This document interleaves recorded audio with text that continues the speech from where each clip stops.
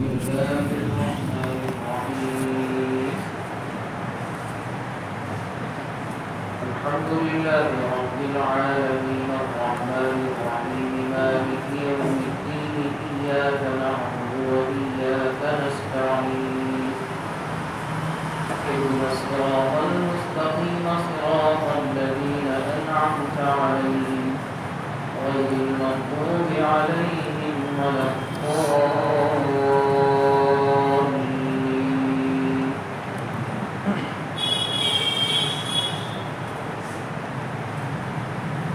بسم اللہ الرحمن الرحیم کے بارے میں بات چیت چل رہی تھی. میں نے بتایا تھا کہ بسم اللہ الرحمن الرحیم جو قرآن کریم کی ایک آیت ہے، اس کو پڑھنا بظاہر ایک بہت چھوٹا سا کام اور چھوٹا سا عمل ہے، لیکن شریعت نے بسم اللہ پڑھنے کا حکم دے کر اور بسم اللہ کے ذریعے سے ایمان والوں میں ایک بہت بڑی حقیقت اور بہت بڑی فکر اور بہت بڑی سوچ پیدا کی ہے، اور انسان کو ہر کام سے پہلے، ہر نعمت سے پہلے اس نعمت کا احساس دلایا ہے، اور نعمت کا احساس دلا کر اسے گویا یہ پیغام دیا ہے کہ وہ اللہ تعالیٰ کی جو نعمت استعمال کر رہا ہے اس نعمت پر غور کرے اور پھر اللہ کا شکر کرے. انسان جو چھوٹا بڑا کام کرتا ہے اس کے اسباب کوئی بھی ہوں، لیکن ان اسباب میں اپنے آپ کوئی اثر نہیں ہوتا. اسباب میں اثر بھی اللہ تعالیٰ ڈالتے ہیں. بسم اللہ پڑھنے والا اگر کسی کام کے شروع میں بسم اللہ پڑھے گا گویا وہ اس بات کا بھی اقرار اور اعتراف کرے گا کہ جو کچھ ہو رہا ہے یہ صرف اللہ تبارک و تعالیٰ کی قدرت، آپ کی کارگری، آپ کے بنائے ہوئے نظام اور سسٹم ہی سے ہو رہا ہے. اس کی ایک مثال میں نے بہت تفصیل کے ساتھ آپ کو پانی کے بارے میں سمجھائی تھی. یہیں سے آگے بات شروع کرتا ہوں ایک اور دوسری مثال. نبی کریم صلی اللہ علیہ وسلم نے ہمیں یہ بھی حکم دیا کہ جب ہم کوئی چیز خاص طور سے کھانا کھائیں تو کھانے کی شروعات بھی ہم بسم اللہ الرحمن الرحیم سے کریں. کھانے کے شروع میں بسم اللہ پڑھنے کا حکم دینا یہ بھی صرف اس لیے نہیں ہے کہ بسم اللہ پڑھ کر بس ثواب حاصل کر لیا جائے، برکت لے لی جائے، یا کھانے کو شیطان سے محفوظ کر لیا جائے. یہ سب مقصد بھی ہو سکتے ہیں، لیکن شریعت کا اصل مقصد یہ نہیں. شریعت کا اصل مقصد یہاں بھی انسان کو اسی حقیقت کا احساس دلانا ہے جو میں نے پانی کے بارے میں عرض کی تھی. تفصیل اس کی یہ ہے کہ انسان کھانے کے لیے جب دیوالا ہاتھ میں لیتا ہے اور اسے کھاتا ہے تو یہ نارمل اور عام کام ہے. انسان بہت زیادہ اس کے بارے میں سوچے گا تو صرف اتنا کہ یہ روٹی ہے گیہوں کی، یہ چاول ہے، میرے پاس پیسے تھے، میں نے پیسے خرچ کیے، آٹا خرید لیا یا گیہوں خرید کر آٹا بنوا لیا، چاول لے لیا، اس کو تیار کرا دیا اور میں اس کو کھا رہا ہوں، یہ میری غذا. لیکن اس سے زیادہ آگے انسان کو سوچنے کی اور غور کرنے کی توفیق نہیں ہوتی. انسان غور کرے کہ جو نوالات تمہارے ہاتھ میں ہے، جو لقمہ تم کھانے جا رہے ہو، اس نوالے کے یہاں تک پہنچنے کے لیے کہ یہ تمہارے کھانے کے قابل بن جائے، اللہ رب العالمین کی بنائی ہوئی کتنی بڑی بڑی طاقتوں قوتوں نے اس میں کام کیا ہے، اور تم جیسے کتنے انسانوں کی اس کے پیچھے محنت ہے۔ تو ایک قدرتی سسٹم بھی ہے اور انسانوں کی محنت بھی ہے۔ ان انسانوں کو بھی اگر آپ ڈھونڈنا چاہیں، گننا چاہیں، شمار کرنا چاہیں، پتہ چلانا چاہیں، شاید یہ بھی ممکن ہے۔ انسان نے اس کے پیچھے کتنی محنت کی، صرف اتنی کہ انسان نے اللہ کی بنائی ہوئی زمین میں اللہ کے بنائے ہوئے اوزاروں اور ہتھیاروں سے زمین کو کھودا، ہل جوتا اور اس میں دانہ ڈال دیا، لیکن انسان یہ غور نہیں کرتا کہ اس دانے کو اوپل میں بدلنے والی طاقت کون سی ہے، زمین کی تہوں میں اسے کوپل بنانے والی کون سی طاقت ہے، اور کون سا پروسیسنگ سسٹم ہے زمین میں جس نے اس بیج کو ایسی کوپل میں تبدیل کر دیا اور بدل دیا۔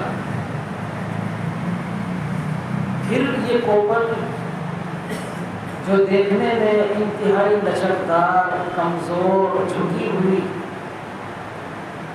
اسے یہ طاقت کس نے عطا کی کہ یہ زمین کے سینے کو چھیلتی ہوئی اوپر نمودار ہو جائے۔ اگر آپ اس کو عقل کی بنیاد پر سمجھنا چاہیں تو عقل میں نہیں ہو سکتا، کیسے چھیل دیا زمین کو اس نے۔ پھر یہ کھوپڑ جب بڑھی تو کون سی وہ طاقت تھی جس نے اسے چاند اور سورج دونوں کی حرارت اور روشنی بخشی، کیونکہ کھیتی اور پھلوں میں دونوں کی ضرورت ہوتی۔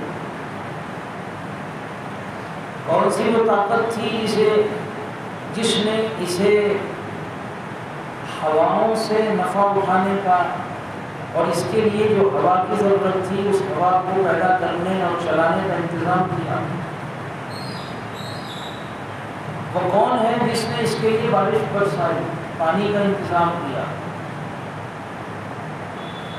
اور وہ کون ہے کہ جس نے اس پر بادل کا سایہ کر کے اسے ضرورت کے بقدر تپش اور حرارت تو دی لیکن جھلسنے سے بچائے اور محفوظ کیے رکھا۔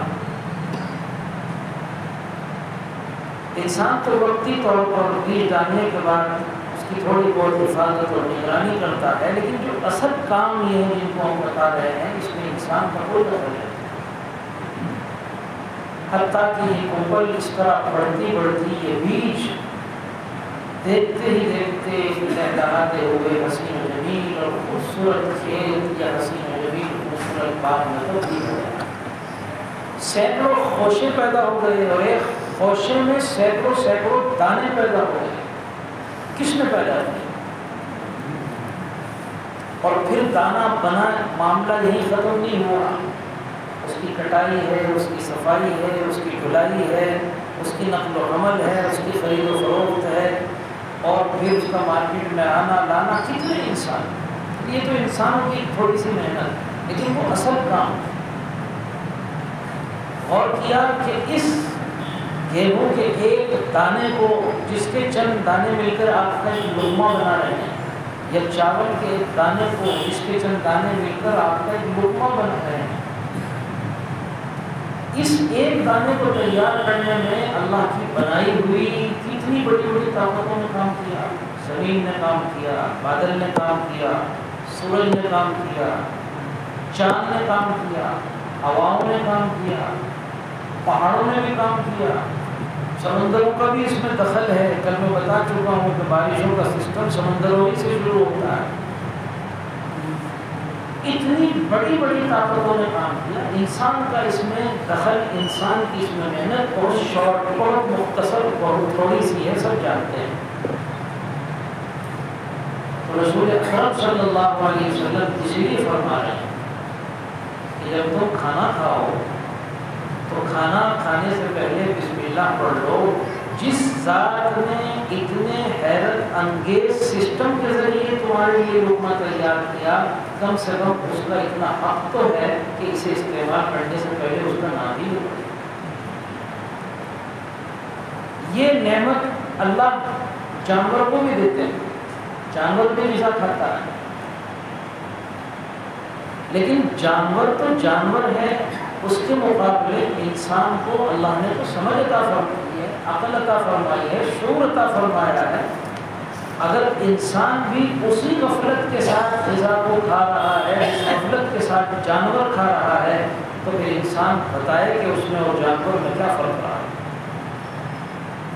اس لیے حضور علیہ السلام نے فرمایا کہ بسم اللہ پڑھو اور اللہ کی اس نعمت کو یاد کرو، سوچو، غور کرو کہ یہ لقمہ کس طرح اللہ نے میرے لیے تیار کیا اور کیسی کیسی قوتوں کے ذریعے کس کس سسٹم سے میرے دسترخوان تک میری غذا بنا کر پہنچا دیا. تو جس نے بسم اللہ پڑھ لی تو سمجھ لیجیے اس نے اللہ کی اس نعمت کا احساس کر لیا، اور اللہ کی یہ نعمت جس کا شکر انسان کے بس کی بات ہی نہیں تھی. حدیث کہتی ہے جس نے بسم اللہ پڑھ لی، بسم اللہ کے اندر اللہ نے وہ طاقت، وہ پاور، وہ قوت رکھی ہے، سمجھ لو اللہ نے اس لقمے کی نعمت کا شکر ادا کرنے کی اسے توفیق دی، اس نے شکر ادا کر دیا. شکر ادا نہیں ہو سکتا، لیکن بسم اللہ پڑھنے کا مطلب شکر ادا ہو گیا. مان لیا انسان نے کہ یہ اللہ کا کرم ہے، اللہ کا احسان ہے. اللہ اگر یہ سسٹم نہ بناتے تو یہ ہمیں نہیں مل سکتا تھا، اور یہ مان لینا ہی شکر ہے. تو خلاصہ گفتگو یہ ہے کہ بسم اللہ کا عمل، اور خاص طور سے خاص موقعوں پر اس کے پڑھنے کی تاکید. اگر انسان بڑے اہتمام سے، فکر سے، دھیان سے اس کو اپنا معمول بنا لے، وظیفہ بنا لے، تو انسان کے اندر یہ بسم اللہ ہی یہ احساس پیدا کرنے کے لیے کافی ہے کہ اس زمین پر انسان خدا نہیں ہے، خدا کی بنائی ہوئی ایک معمولی سے کمزور مخلوق ہے. اور یہ تو میں نے دو مثالیں دی ہیں پانی اور کھانے کی، جو کہ ایک عام چیز ہے. ورنہ دنیا کا کوئی کام آپ لے لیجیے، سواری کا مسئلہ لے لیجیے. ہم جانوروں پر سواری کریں جیسے پہلے زمانے میں ہوتی تھی، گھوڑوں پر، اونٹوں پر، خچروں پر، اور کریں. کیا انسان کی یہ طاقت تھی کہ وہ ایک گھوڑے اور اونٹ اور خچر کو قابو کر کے اس کی پیٹھ پر سوار ہو سکے؟ اگر طاقت کو دیکھا جائے تو گھوڑے میں وہ طاقت ہے کہ وہ انسان کے سر پر سوار ہو سکتا ہے. لیکن اللہ کا کتنا بڑا کرم کہ انسان کا چھوٹا سا کمزور سا بچہ بھی گھوڑے خچر کو بھی سواری بنا لیتا ہے. اس لیے حکم دیا کہ جب جانوروں پر سوار ہو تو بسم اللہ پڑھو، اور یہ اعتراف کرو کہ یہ اللہ کا احسان ہے جس نے مجھ جیسے کمزور کو اتنی طاقتور مخلوق کو قابو کرنے کا ہنر عطا فرمایا. اگر اللہ یہ ہنر عطا نہ فرماتا تو میری مجال نہیں تھی کہ میں اس جانور کی پشت پر سوار ہو پاتا. بسم اللہ پڑھ لو، اس کا اعتراف پڑھ لو، لہذا جس نے قابو دیا اسی کے نام سے سوار ہوتا ہوں. آپ کہیں گے کہ یہ تو جانوروں کے سواری کا معاملہ ہے. اب تو جانوروں کی سواری کا کوئی معاملہ نہیں، اب تو ٹرین کی سواری ہے، اب تو ہوائی جہاز کی سواری ہے. اب کیا شکر ادا کریں؟ یہ اگر کوئی سوچے تو یہ اس کی جہالت اور حماقت ہے. جہاز انسان نے بنا لیا، ٹرین انسان نے بنا لی، بہت دور سے اگر سوچو تو پھر وہاں سے بات لاؤ کس کی دی ہوئی عقل سے بنائی، کس کے دیے ہوئے اعضاء سے بنائی، اس کی بات میں نہیں کرتا. میں تو اس سے آگے سے دیتا ہوں کہ چلیے انسان نے بنا لیا، لیکن سوال یہ ہے کہ انسان نے جس مٹیریل سے یہ سواریاں بنائی، کیا وہ مٹیریل بھی انسان کا بنایا ہوا ہے؟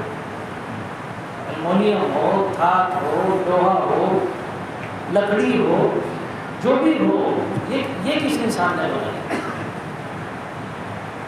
اور پھر جب یہ سواریاں ماڈرن سواریاں نئی سواریاں بن گئی تیار ہو گئی تو اب انہیں پاور دے کر چلانے کا جو مٹیریل ہے کیا وہ انسان نے بنا لیا؟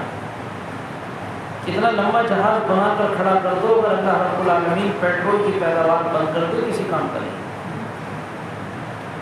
الیکٹرانک گاڑیاں کے لیے تو بجلی سے چل رہی ہے، پیٹرول کی ضرورت ہی نہیں. پیٹرول تو زمین سے نکل رہا ہے، بجلی تو سائنٹسٹ بنا رہے ہیں. بجلی سائنٹسٹ اپنی ماں کے گھر سے لائے ہوئے سامان سے بنا رہے ہیں. سائنٹسٹ بجلی کہیں سے بنا رہے ہیں؟ پانی سے بنا رہے ہیں. پانی اس کا مین مٹیریل ہے، تو پانی کس کا پیدا کیا ہوگا؟ تو کتنا ہی چلے جائیں اللہ سے باہر، اللہ کی نعمت سے باہر انسان کیسے ہو ہی نہیں سکتا. موجودہ سوالیاں ہوں یا پرانے زمانے کی سوالیاں ہوں، حقیقت یہ ہے کہ اگر اللہ تعالیٰ فضل نہ فرماتے تو انسان کو سوالی کے لیے کوئی سوالی عطا اور نصیب نہیں ہو سکتی. اس لیے حکم کیا گیا کہ جب سوالی پر بیٹھو بسم اللہ پڑھو. بسم اللہ پڑھنے کا مطلب آپ نے مان لیا اور اللہ کی عظیم نعمت کا شکر ادا کر لیا. بارہ بسم اللہ کے تعلق سے ضروری تفصیل تھی کہ الحمدللہ پوری ہوئی. اب سورج شروع ہوتی ہے سورہ فاتحہ. یہ سورہ فاتحہ قرآن کریم کی ہی ایک سورت ہے، یہ کوئی بتانے کی بات نہیں، سب جانتے ہیں. لیکن قرآن کریم کے 30 پارے ہیں. ان 30 پاروں میں یہ کسی پارے کا حصہ نہیں ہے.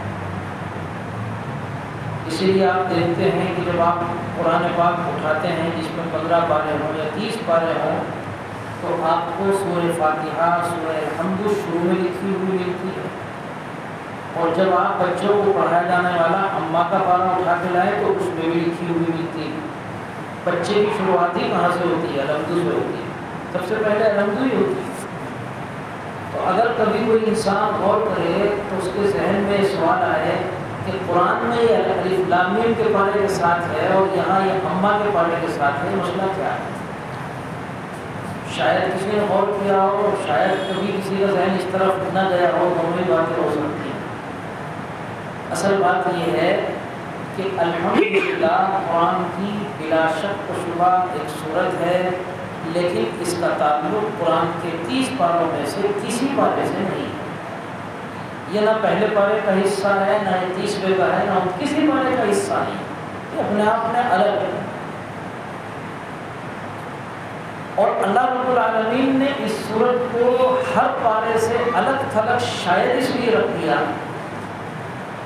کہ یہ سورت اتنی عظیم الشان سورت ہے اور اس کا 30 کے 30 پاروں سے ایسا جوڑ ہے کہ اگر اسے کسی ایک پارے سے جوڑ دیا جاتا تو باقی 29 پاروں سے بظاہر اس کا تعلق ٹوٹ جاتا، جبکہ اس کا تعلق ٹوٹنا نہیں جا سکتا کیونکہ یہ سورت سارے قرآن کا نچوڑ اور خلاصہ ہے.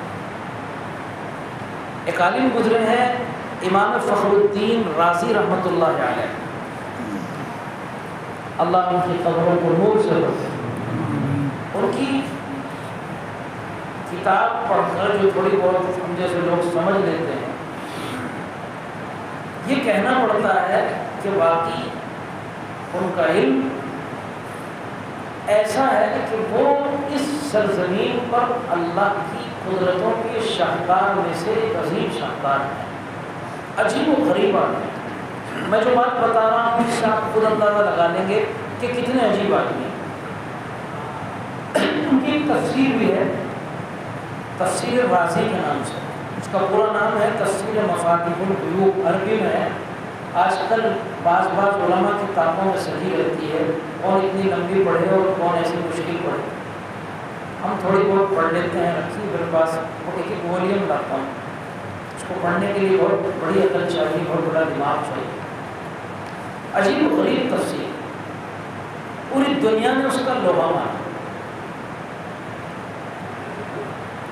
تو حضرت نے اپنے زمانے میں ایک مرتبہ کہیں تقریر میں کسی موقع پر یہ فرمایا کہ یہ سورہ فاتحہ ایسی عجیب صورت ہے کہ اللہ رب العالمین نے اس میں قرآن کے سارے علوم کو جمع کر دیا،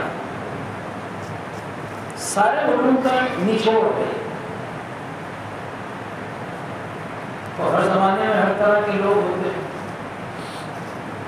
اور اس زمانے میں جو حضرت کے حاسدین تھے، حضرت سے حسد کرتے تھے، انہوں نے یہ بات سنی تو مذاق اڑایا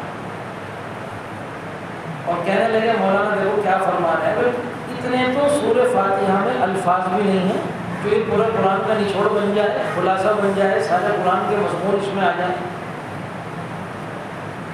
تو اتنے تو اس میں حروف بھی نہیں ہیں، اگر ایک حرف سے بھی ایک نکالیں تب بھی نہیں بنتا انسان۔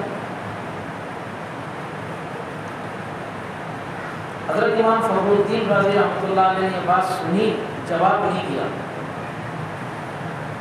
کام شروع کر دیا، اور کچھ دن کے بعد لے جا کر ایک کتاب علماء کے سامنے پیش کی جس میں اعوذ باللہ من الشیطان الرجیم کی تفسیر فرمائی اور صرف اعوذ باللہ سے 10,000 مسائل نکال کر بتائے۔ ہے موجود ہے وہ جو حضرت نے نکالے وہ موجود ہیں، اس کی تفسیر کے شروع میں لگے ہوئے ہیں۔ ایسے عجیب آدمی ہیں۔ تو حضرت کی یہ بات سنا کر بتانا مقصد یہ ہے، اور اسی پر ایک بات یاد آئی، حضرت تو بہت پرانے آدمی ہوئے، ابھی قریب میں پڑوسی ملک میں غالب گزرے ہیں علامہ موسیٰ روحانی البازی، نام عربوں جیسا لگتا ہے، عرب نہیں ہے، پڑوسی ملک لاہور سے حضرت کا تعلق۔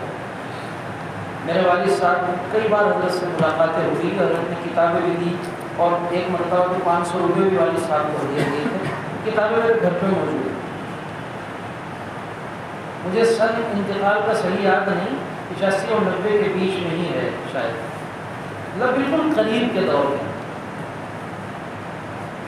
بڑے عجیب و غریب انسان، وہ بھی ان کے بارے میں بھی یہی مشہور ہے، اس وقت کے علماء کا یہی ماننا ہے کہ ان کو علم لدنی دیا گیا۔ علم لدنی کہتے ہیں ایسا علم جس کو حاصل کرنے میں انسان کی محنت کو دخل نہ ہو، جو خدا کے فضل کے نتیجے میں مل جائے۔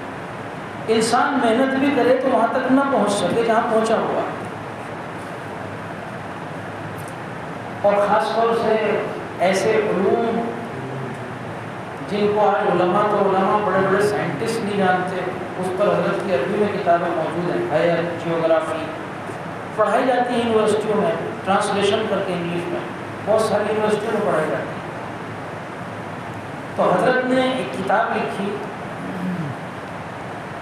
الحمدللہ لفظ اللہ پر، جس کا نام ہے فتح اللہ العظیم، جو چھپی ہوئی ہے، میرے پاس موجود ہے، یہاں تو نہیں ہے گھر پر۔ لفظ اللہ کی تحقیق پر عربی زبان میں 4000 صفحات کی یہ کتاب ہے۔ کتنے صفحات کی؟ عربی زبان، صرف لفظ اللہ پر۔ تو یہ میں اس لیے بتا رہا ہوں تاکہ اس سے آپ کو یہ اندازہ ہو کہ سورہ فاتحہ کیا ہو سکتی ہے۔ یہ تو میں نے اس کے ایک دو لفظوں کے بارے میں آپ کو بتا دیا۔ بہرحال یہ بڑی عجیب صورت ہے، قرآن کے علوم غیر متناہی ہیں، لمٹ لیس ہیں، تو ان علوم کا سب کا خلاصہ نچوڑ سورہ فاتحہ میں ہے۔ تو سورہ فاتحہ کیا چیز ہو سکتی ہے، اس سے اس کا اندازہ لگایا جا سکتا ہے۔ اسی لیے جناب رسول اللہ صلی اللہ علیہ وسلم نے ایک صحابی حضرت ابی بن کعب رضی اللہ تعالیٰ عنہ سے فرمایا کہ آج میرے اوپر ایسی صورت اتاری گئی ہے کہ جیسی صورت اللہ نے نہ تورات میں اتاری، نہ انجیل میں اتاری، نہ زبور میں اتاری، اور نہ خود قرآن میں اس جیسی کوئی صورت اتاری۔ یعنی تمام صورتوں سے اعلیٰ، افضل، عظمت، اہمیت رکھنے والی صورت۔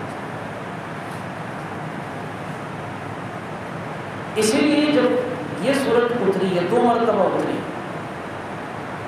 سب سے پہلی صورت بھی ہے اترنے والی، آپ کہیں گے کہ سب سے پہلے تو اقرا بسم ربک الذی خلق اتری ہے، بالکل صحیح ہے، لیکن اس کی شروع کی 5 آیتیں سب سے پہلے اتری ہیں، کوئی صورت ایک ساتھ نہیں اتری۔ ایک ساتھ پوری صورت جو سب سے پہلے حضور پاک علیہ السلام پر اتری وہ الحمدللہ ہی ہے، یعنی پوری صورت ایک ساتھ۔ تو یہ 2 مرتبہ اللہ نے اتاری، ہجرت سے پہلے مکہ المکرمہ میں بھی اور جب آپ مدینہ تشریف لے آئے وہاں بھی۔ تو جب یہ صورت اتری، مسلم شریف کی روایت ہے بہت لمبی، اس کے 2 جملے مجھے سنانے ہیں۔ تو ایک آواز آئی بہت زور سے، حضرت جبرائیل علیہ السلام حضور کے پاس تشریف فرما تھے، صحابہ بیٹھے تھے، انہوں نے بھی سنی، چونک گئے، کہیں کی آواز؟ تو جبرائیل علیہ السلام نے بتایا کہ آج آسمان کا ایک ایسا دروازہ کھلا ہے جو آج سے پہلے آج تک کبھی کھلا ہی نہیں۔ پھر فرمایا کہ اس دروازے سے میرے ساتھ ایک ایسا فرشتہ آسمان سے اتر کر زمین پر آیا ہے جو اب سے پہلے کبھی زمین پر آیا ہی نہیں، اور وہ 2 نور آپ کے لیے لے کر آیا ہے، ایک نور سورہ فاتحہ اور ایک نور سورہ بقرہ کی آخری آیت ہے۔ اس شان کے ساتھ اللہ نے اس سورت کو اتارا، اور یہ میں وہ روایت وہ نہیں سنا رہا ہوں، آپ کو پتہ ہونا چاہیے کہ میں وہ قصے کہانیاں غیر مستند ہوائی قسم کے جن کی کوئی دم نہیں ہوتی، کوئی سند نہیں ہوتی، میری عادت ہی نہیں ہے ان کو بیان کرنے کی۔ لکھے بھی ہوتے ہیں ان کو ایک طرف رکھ دیتا ہوں، پڑھتا ہوں، کبھی بیان نہیں کرتا، اللہ کا شکر ہے۔ جو بات بولتا ہوں پوری مستند محقق تحقیق کے ساتھ، جو تحقیقی ہوتی ہے، اس لیے بتا رہا ہوں کہ میں نے جو روایت پیش کی اس طرح کی نہیں ہے قصے کہانیوں والی، یہ مسلم شریف کی روایت ہے۔ بہرحال یہ سورہ فاتحہ ہے جسے ہم شروع کرنے جا رہے ہیں، انشاءاللہ باقی بات کرتے ہیں۔ اللہ قرآن کی عظمت ہمارے دلوں میں پیدا فرمائے۔